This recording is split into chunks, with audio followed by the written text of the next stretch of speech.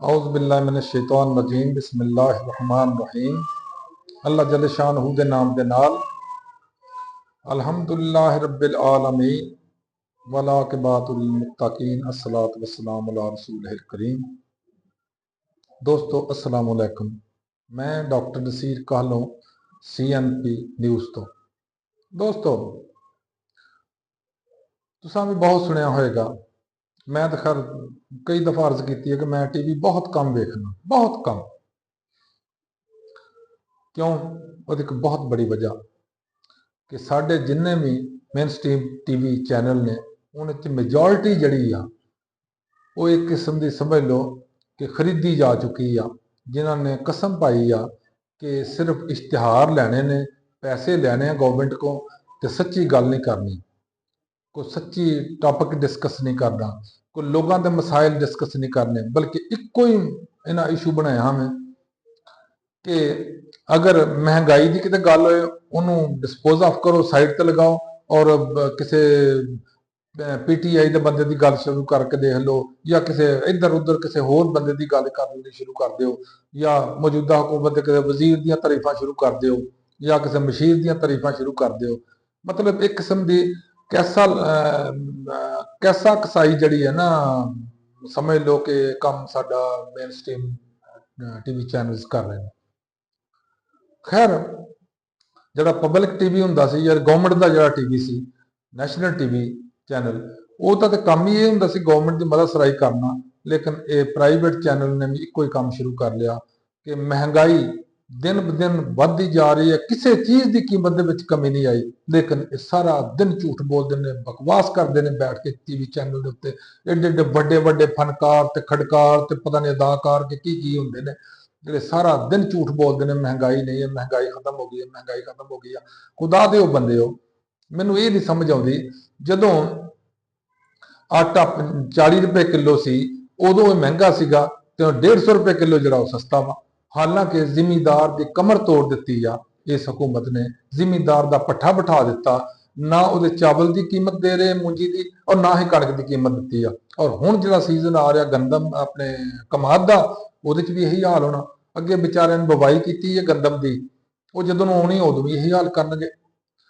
दोस्तों अजकल एक बड़ा शोशा चलिया वे जियो टीवी, बल्कि मैं तो हैरान ना कभी कभी देख के कि जियो टीवी के जिन्ने फनकार ने सारे खड़कार ने, कोई भी एक भी सच्ची गल नहीं करता।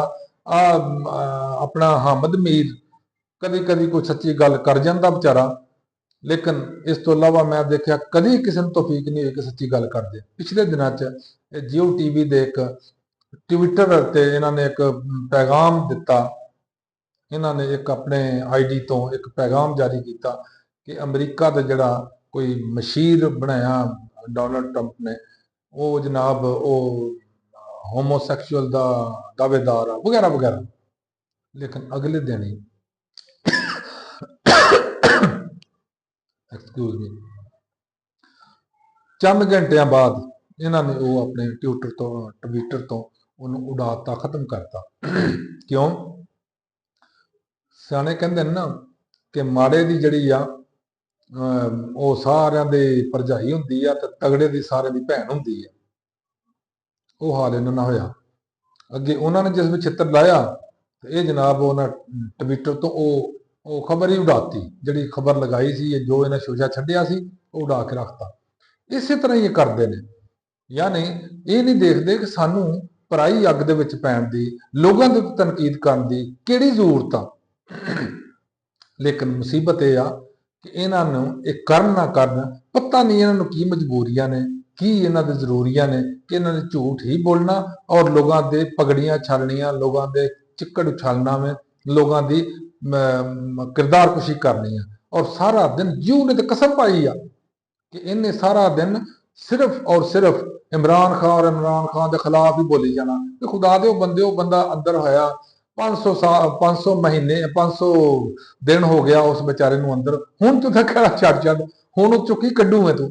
लेकिन ये आदत तो मजबूर ने, आदत तो मजबूर ने किसी हद तक, किसी हद तक पैसे तो मजबूर ने, क्योंकि इन्होंने पैसे यही बकवास करन दे, झूठ बोलन दे और दरूग गोई दे, इल्जाम तराशियां दे ਕਿਰਦਾਰ ਕੁਸ਼ੀ ਦੇ ਇਹੀ ਪੈਸੇ ਇਹਨਾਂ ਨੂੰ ਦਿੱਤੇ ਜਾਂਦੇ ਨੇ ਔਰ ਸਾਰਾ ਦਿਨ ਇਹੀ ਕੰਮ ਕਰਦੇ ਨੇ।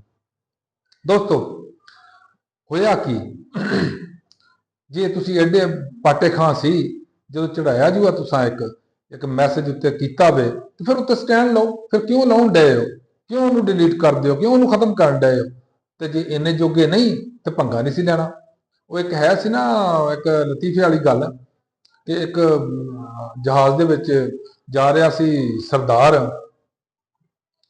ਤੇ ਸਫ਼ਰ ਕਰ ਰਿਹਾ ਤੇ ਨਾਲ ਇੱਕ ਹੋਰ ਬਾਕੀ ਸਵਾਰੀਆਂ ਬੈਠੀਆਂ, ਪੈਸੇਂਜਰ ਬੈਠੇ ਸਨ ਤੇ ਇੱਕ ਤੋਤਾ ਸੀ ਉਹਨਾਂ 'ਚ, ਉਹ ਬੋਲਦਾ ਸੀ ਤੋਤਾ।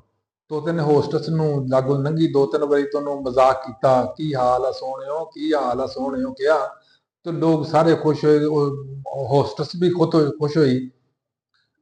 ਤੇ ਸਿੱਖ ਨੇ ਜਿਸ ਵੇਲੇ ਦੇਖਿਆ ਕਿ ਇਹ ਤੇ ਬਈ ਵਾਹ ਸ਼ੁਗਲ ਵਾਲੀ ਗੱਲ ਆ, ਉਹਨੇ ਵੀ ਉਹ ਜਦੋਂ ਕੁੜੀ ਲਾਗੇ ਆਈ ਤਾਂ ਉਹਨੂੰ ਇਸ ਤਰ੍ਹਾਂ ਗੱਲ ਕੀਤੀ ਤੇ ਉਹਨੇ ਜਾ ਕੇ ਸ਼ਿਕਾਇਤ ਕਰਤੀ ਆਪਣੇ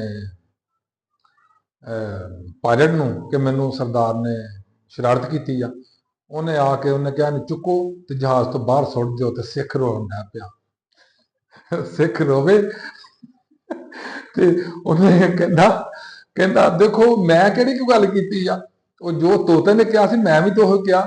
ਤੇ ਤੋਤਾ ਲਾਗੋਂ ਬੋਲਿਆ, ਉਹਨੇ ਕਿਹਾ ਜੇ ਉੱਡਣਾ ਨਾ ਮੈਂ ਤੇ ਉੱਡ ਕੇ ਨਿਕਲ ਜਾਣਾ ਨਾ ਪੁੱਤਰ। ਤੇ ਉਹਨੇ ਕਿਹਾ ਤੂੰ ਤੇ ਉੱਡ ਕੇ ਨਿਕਲ ਜਾਣਾ ਤੇ ਮੈਂ ਮਰ ਜਾਣਾ ਮੈਨੂੰ। ਉਹਨੇ ਕਿਹਾ ਜੇ ਉੱਡਣਾ ਨਾ ਆਉਂਦਾ ਤੇ ਪੰਗੇ ਨਹੀਂ ਲਈਦੇ। ਇਹ ਹਾਲ ਆ ਇਹਨਾਂ ਸਾਡੇ ਟੀਵੀ ਚੈਨਲਾਂ ਦਾ। ਇਹ ਪੰਗੇ ਲੈਂਦੇ ਨੇ ਲੇਕਿਨ ਲਈ ਜਾਂਦੇ ਨੇ। ਕਦੀ ਇਹਨਾਂ ਕੋਲ ਸੱਚੀ ਗੱਲ, ਕਦੀ ਸੱਚੀ ਖਬਰ, ਕਦੀ ਸੱਚਾਈ ਇਹਨਾਂ ਕੋਲੋਂ ਨਹੀਂ ਨਿਕਲਦੀ। ਪਤਾ ਨਹੀਂ ਇਸ ਕੌਮ ਨੂੰ ਕੀ ਹੋ ਗਿਆ, ਕਿੱਧਰ ਲਿਜਾ ਰਹੇ ਨੇ। ਮਹਿੰਗਾਈ ਸਭ ਤੋਂ ਵੱਡਾ ਇਸ਼ੂ ਆ ਸਾਡਾ ਸਭ ਤੋਂ ਬੜਾ ਇਸ਼ੂ ਮਹਿੰਗਾਈ ਆ। ਦੂਸਰੇ ਨੰਬਰ ਤੇ ਸਾਡੇ ਸਿਕਿਉਰਿਟੀ ਥ੍ਰੈਟਸ ਨੇ। ਚਾਰਾਂ ਪਾਸਿਆਂ ਤੋਂ ਅਸੀਂ ਮਿਸਾਈਲ 'ਚ ਘਿਰੇ ਹੋਏ ਆ, ਕਦੀ ਉਸ ਤੇ ਗੱਲ ਨਹੀਂ ਕਰਗੇ। ਤੀਸਰਾ ਸਭ ਤੋਂ ਅਹਿਮ ਇਸ਼ੂ ਸਾਡਾ ਦਹਿਸ਼ਤਗਰਦੀ ਆ, ਉਹਦੇ ਤੇ ਕਦੀ ਇਸ਼ੂ ਤੇ ਗੱਲ ਨਹੀਂ ਕਰਨਗੇ। ਇਹ ਕਦੀ ਕਿਸੇ ਬੰਨੇ ਤੋੜ ਦੇਣਗੇ, ਕਦੀ ਕਿਸੇ ਬੰਨੇ ਤੋੜ ਦੇਣਗੇ। ਔਰ ਪੂਰੀ ਕੌਮ ਨੂੰ ਡਾਇਵਰਟ ਕਰਕੇ ਇਹਨਾਂ ਨੇ ਟਰੱਕ ਦੀ ਬੱਤੀ ਪਿੱਛੇ ਲਗਾਇਆ ਵਾ, ਤਾਂ ਕਿ ਨਾ ਲੋਕ ਇਸ ਬਾਬਤ ਤੇ ਸੋਚਣ, ਨਾ ਇਸ ਦੇ ਉੱਤੇ ਕੋਈ ਗੱਲ ਕਰਨ। ਅਗਰ ਕੋਈ ਗੱਲ ਕਰੇ ਤਾਂ ਉਹਨੂੰ ਬੁਰਾ ਕਹਿਣਾ ਸ਼ੁਰੂ ਕਰ ਦੇਣ, ਫਿਰ ਉਹਦੇ ਖਿਲਾਫ ਮੁਹਾਜ਼ ਬਣਾ ਕੇ ਬੈਠ ਜਾਣਗੇ। ਲੇਕਿਨ ਹਕੀਕਤ ਇਹ ਆ ਕਿ ਸਾਡੇ ਇਹ ਟੀਵੀ ਚੈਨਲਾਂ ਨੇ ਬੇੜਾ ਗਰਕ ਕੀਤਾ ਪੂਰੇ ਮੁਲਕ ਦਾ। ਜਦੋਂ ਰਾਤ ਸ਼ਾਮ 7 ਵਜੇ ਤੋਂ ਲੱਗ ਪੈਂਦੇ ਨੇ ਤੇ ਸਾਰੀ ਰਾਤ ਉੱਥੇ ਬਕ ਲੱਗੀ ਰਹਿੰਦੀ ਆ। ਉਹਨੂੰ ਬੁਲਾ ਲਿਆ, ਉਹਨੂੰ ਬੁਲਾ ਲਿਆ, ਉਹਨੂੰ ਬੁਲਾ ਲਿਆ। ਛੇੜਖਾਨੀਆਂ, ਲੜਾਈਆਂ, ਝਗੜੇ।